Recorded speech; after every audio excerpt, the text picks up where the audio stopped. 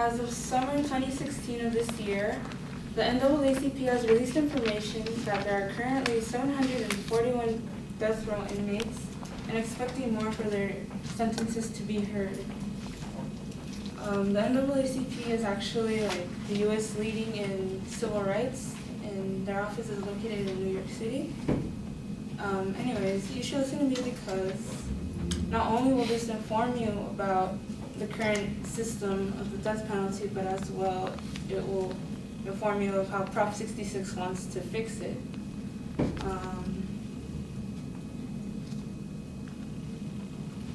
My background in this, from what I've seen within my family of death penalty, with the murder of my uncle, I know that this process is really long and takes several years. And with this speech,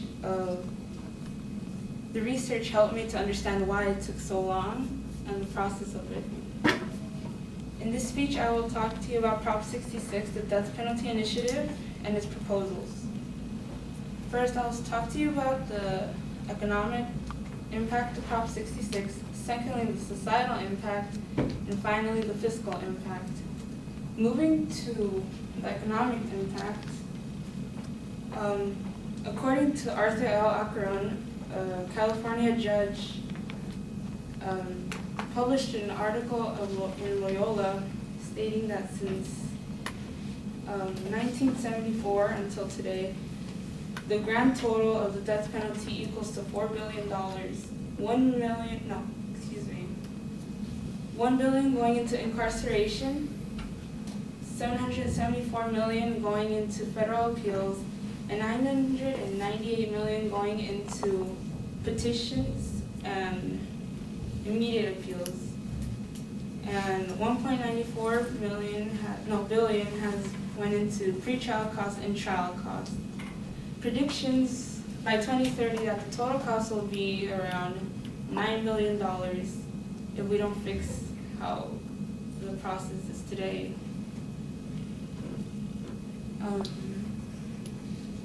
Prop 66 tries to save money, like millions each year, by limiting the time sentence. Unlike 10 to 20 years, the average time for a sentence to be heard, it will be lowered to 5 years. So, and that money saved will be and how it is right now, annually we spend around $184 million, according to Jackie Barron from Lucy Burns Institute. Moving to societal impacts,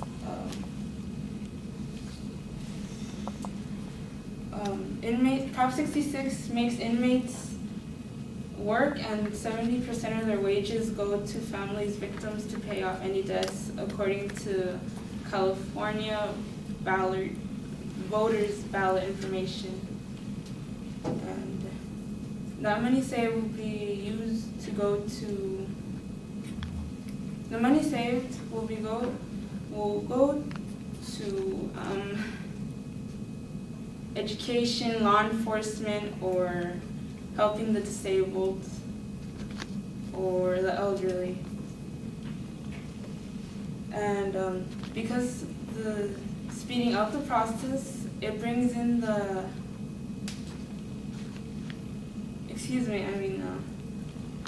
going on to fiscal impacts, Prop 66 forces it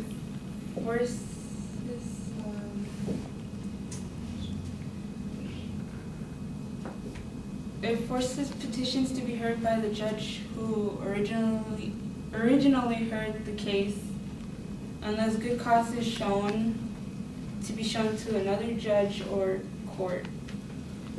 And if the attorneys do not fill this petition within 1 year of their appointment, the court must drop the petition. And unless their good cause, like the defendant is innocent or unable for execution. And finally, it will change the requirements of of attorneys for